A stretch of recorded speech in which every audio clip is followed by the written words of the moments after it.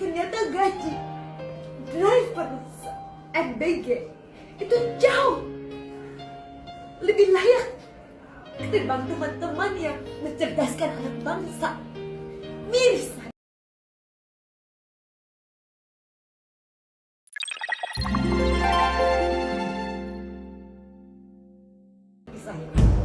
Terpuruknya gaji guru honorer menjadi isu utama yang menggema ketika pemerintah berencana mengangkat petugas Satuan Pelayanan Pemenuhan Gizi atau SPPG menjadi pegawai pemerintah dengan perjanjian kerja atau P3K. Keputusan meng-ASN-kan 32.000 pegawai SPPG seolah menomorduakan guru honorer yang berjibaku mendidik anak bangsa. Bagaimana tidak, gaji supir pengantar makan bergizi gratis itu saja dapat mencapai 2 hingga 3 juta rupiah per bulan, alias 10 kali lipat dibanding gaji guru honorer di daerah yang hanya 300.000 rupiah per bulan. Kesejahteraan guru di Indonesia, khususnya honorer di daerah terpencil, masih banyak yang memprihatinkan. Sebagian besar guru honorer menerima gaji di bawah upah minimum setempat. Gaji guru honorer paling tinggi ada di Jakarta, sementara daerah Blora, Pati, dan daerah pelosok termasuk yang paling rendah. Eksistensi guru honorer dengan gaji rendah menandakan kurangnya perhatian pemerintah terhadap pendidikan Indonesia. Minimnya kesejahteraan membuat banyak guru honorer harus bertahan hidup dengan bekerja sampingan. Mengangkat guru honorer menjadi ASN menjadi solusi yang paling tepat untuk menjamin kepastian status guru serta kesejahteraannya. Namun nyatanya, beberapa daerah justru merumahkan guru honorer. Seperti di Provinsi NTB, Kabupaten Lombok Barat, Lombok Timur, Dompu, Kudus, dan Kepri. Pasalnya tidak semua guru honorer terdata dalam data pokok pendidik atau Dapodik. Kayak kemarin ada tes P3K, tapi karena kita tidak masuk dalam Dapodik, kita semua tidak bisa, Pak. Tertinggal, bahkan terbayang-bayang akan dirumahkan. Itu paling sedih sih, Pak. Harapan saya dan teman-teman seperti Tendik dan guru yang lain bisa ikut P3K penuh waktu, paling itu sih, Pak. Soalnya saya juga sama seperti yang tadi Bapak bilang, pulang mengajar, jadi antar jemput laundry. Setelah menerima keluhan dari Persatuan Guru, anggota Badan Legislasi DPR RI, Sely Andriani Gantina, mendorong pemerintah menyesuaikan status dan formasi guru ASN sesuai kebutuhan. Tadi juga disampaikan ada di daerah Dompu, NTT, yang salah satu guru dengan kemampuan APBD daerahnya hanya sanggup membiayai sekitar Rp170.000 per bulan. Nah, kalau dengan seperti itu saja, bagaimana dengan penghidupan yang layak terhadap para guru? Di dalam Undang-Undang ASN sendiri juga sudah menyatakan, kemudian dalam Undang-Undang Guru dan Dosen juga menyatakan bahwa seharusnya tunjangan guru itu 1 kali operasional, artinya memang harus sesuai dengan standar UMK. Menurut Persatuan Guru Republik Indonesia atau PGRI, 74% guru honorer dan kontrak memiliki penghasilan di bawah 2 juta rupiah per bulan. Selain itu, ada sekitar 20,5% atau sekitar 700.000 guru honorer dan kontrak memperoleh Rp500.000 per bulan. Ketergantungan pada biaya operasional sekolah atau BOS menjadi penyebab besaran gaji guru honorer berbeda-beda tiap daerah. Besaran gaji berasal dari 20% dana BOS yang diterima sekolah. Terlebih, dana makan bergizi gratis memakan Rp223 triliun dari anggaran pendidikan. Untuk melindungi kesejahteraan dan hak guru, anggota Badan Legislasi DPR RI Firman Subagio mendukung pembentukan Badan Guru Nasional. Pembentukan lembaga ini penting untuk menentukan arah masa depan pendidikan nasional. Bagaimana seorang nasib guru yang gajinya 300.000? Bahkan kadang-kadang dirapel 3 bulan sekali. Oleh karena itu saya sepakat bahwa dibentuknya Badan Guru Nasional ini menjadi penting. Karena Badan Guru Nasional ini akan menentukan nasib pendidikan anak bangsa ini ke depan. Mau dibawa kemana?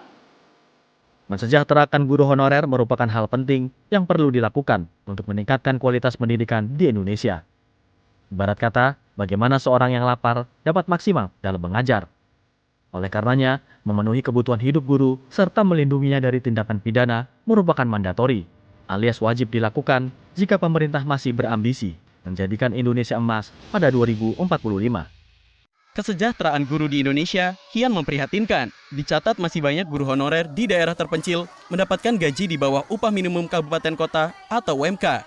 Beberapa daerah bahkan sudah merumahkan guru honorer, seperti di Provinsi NTB, Kabupaten Lombok Barat, Lombok Timur, Dompu, Kudus, dan Kepri. Menerima keluhan Persatuan Guru Republik Indonesia atau PGRI terkait kesejahteraan guru honorer, anggota Badan Legislasi DPR RI Sally Andriani Gantina mengatakan, pemerintah seharusnya lebih serius memperhatikan dan menangani persoalan krusial ini. Ia juga mendorong pemerintah menyesuaikan status dan reformasi ASN sesuai dengan kebutuhan tenaga honorer agar negara bisa memberikan perlindungan dan kesejahteraan yang layak bagi para pendidik di tanah air. Terima kasih yang sudah subscribe. Bagi yang baru menemukan channel ini, like videonya, klik lonceng, dan hidupkan notifikasinya. Jangan lupa di-subscribe. Seharusnya tunjangan guru itu 1 kali operasional, artinya memang harus sesuai dengan standar UMK. Nah, tetapi memang kita mengetahui bahwa tidak semua daerah mempunyai kemampuan tersebut. Kemudian kita mengetahui juga banyak sekali sekolah-sekolah yang berada di pelosok, bukan sekolah negeri tetapi sekolah swasta yang data-datanya juga memang harus disesuaikan, disinkronkan. Dan kita menyadari bahwa database inilah yang menjadi ujung pangkal permasalahan yang harus diselesaikan oleh negara. Berdasarkan data PGRI, sebanyak 74% guru honorer dan kontrak berpenghasilan di bawah 2 juta rupiah per bulan. Sementara sekitar 20% atau sekitar 700.000 guru honorer dan kontrak hanya memperoleh Rp500.000 per bulan. Karenanya, PGRI mengusulkan pembentukan badan khusus yang menangani permasalahan guru secara menyeluruh, termasuk soal kesejahteraan, pendataan, dan perlindungan hukum. Bondan Imana, TVR Parlemen, melaporkan. Bagaimana kriminalisasi terhadap guru saat ini juga menjadi perhatian dari DPR tentunya, Bu. Lalu Ibu melihatnya seperti apa, Bu? Baik. Jadi tadi hari ini kita barusan saja rapat dengan PGRI menerima yang dipimpin langsung oleh Profesor Unifah Rosidi. Beliau bersama teman-teman guru menyampaikan isi hatinya lah bahwa mereka ini selama ini apalagi beberapa kasus belakangan ini mereka merasa bingung ketika mereka melakukan pendisiplinan kepada para siswa, karena banyak sekali yang tidak paham bahwa sebenarnya mereka ini ketika melakukan pendisiplinan selagi masih memang dalam masa pendidikan gitu ya, di sekolah menjalankan profesi sebagai guru, sebagai pendidik, itu sebenarnya mereka dilindungi oleh undang-undang. Nah, banyak orang tua dan juga mungkin aparat hukum ya tidak paham, sehingga ketika proses hukum itu dilaporkan gitu ya, lalu diproses gitu, padahal enggak. Sebenarnya ada undang-undang yang sudah melakukan perlindungan terhadap guru dan dosen, yaitu Undang-Undang Nomor 14 Tahun 2005. Kita bisa lihat sama-sama di pasal 39. Nah, tadi dikuatkan kembali oleh Ketua Balek dan juga ada keinginan mereka untuk membentuk Badan Guru Nasional. Jadi hari ini kita mendengarkan RDPU ya. Jadi hari ini kita mendengarkan keinginan dari para guru yang diwakili oleh beberapa guru-guru yang tadi hadir langsung dipimpin oleh Ketua PGRI yaitu Profesor Unifah Rosidi. Ya. Tapi Bu, kalau kita lihat kan ternyata pada praktiknya di lapangan, Bu, banyak aparat penegak hukum nih ternyata belum begitu memahami, Bu, bahwa undang-undang ini harus didulukan untuk perlindungan dosen dan juga guru. Itu seperti apa, Bu, tanggapannya? Iya, makanya jadi mungkin perlunya lagi sosialisasi untuk menyampaikan kepada aparat ya, khususnya polisi, ketika mereka mendapatkan laporan mereka harus paham ini gitu. Mereka sudah harusnya tahu bahwa mereka dilindungi oleh undang-undang selagi tidak ada jadi pendisiplinan ini ada batasan. Seperti apa bentuk pendisiplinannya? Kekerasan fisik tidak boleh gitu ya, verbal juga tidak boleh. Nah, itu kan nanti bisa dibuktikan. Nah, rata-rata ketika guru melakukan pendisiplinan di sekolah yang sebenarnya itu masih tahap wajar dalam pemikiran kita yang awam juga gitu, orang tua nggak puas gitu. Ya mungkin juga dibumbu-bumbuin juga sama siswanya, lapor, oh mama bla bla bla gitu ya. Nah, ini kasihan sih, mereka rentan.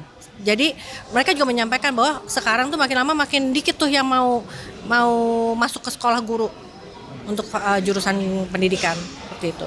Nah, kalau untuk tadi adanya dorongan untuk undang-undang terpisah, Bu, antara guru dan juga dosen untuk perlindungan guru, ini seperti apa tanggapan Ibu? Kami tadi di Balek intinya kan tadi anggota yang hadir mendukung. Ya, tapi kan ini prosesnya kan baru awal. Tadi baru RDPU, nanti akan dielaborasikan juga dengan undang-undang yang ada. Terus nanti juga akan dengan Komisi 10 ya, khususnya dengan pendidikan, Sisdiknas. Nanti kita elaborasikan semuanya. Intinya kami mendukung. Nah, untuk selanjutnya, Bu, apakah nanti ke depannya akan ada undang-undang baru lagi, Bu, untuk mengakomodir bagaimana dosen dan juga guru tadi? Bisa jadi seperti itu karena keinginan mereka urgensi tadi perlindungan guru itu bukan yang kan tadi saya bilang Undang-Undang Nomor 14 2005 itu tentang dosen dan guru. Nah, mereka pengen yang lebih spesifik lagi. Bukan hanya guru itu kan yang ngajar. Nah, bagaimana dengan tenaga usaha, tata usahanya juga harus mendapatkan perhatian Berarti seperti itu. Bukan hanya revisi, berarti kemungkinan bisa jadi undang-undang Undang baru, iya. Baik, untuk terakhir Bu, untuk BGN-nya sendiri Bu, badan yang tadi sempat dibahas di rapat itu terkait dengan Badan Guru Nasional itu seperti apa, boleh dijelaskan Bu? Ya, mereka pinginnya ada satu pintu ya yang mengatur. Jadi kalau komunikasi satu pintu itu Badan Guru Nasional. Dan intinya ketika mereka menyampaikan itu kami semua boleh juga. Tapi kan ini baru awal. Apakah benar, apakah efektif nanti adanya Badan Guru Nasional nanti berjalannya waktu. Baik, terima kasih banyak Ibu Melati atas waktunya. Selamat bertugas kembali Ibu.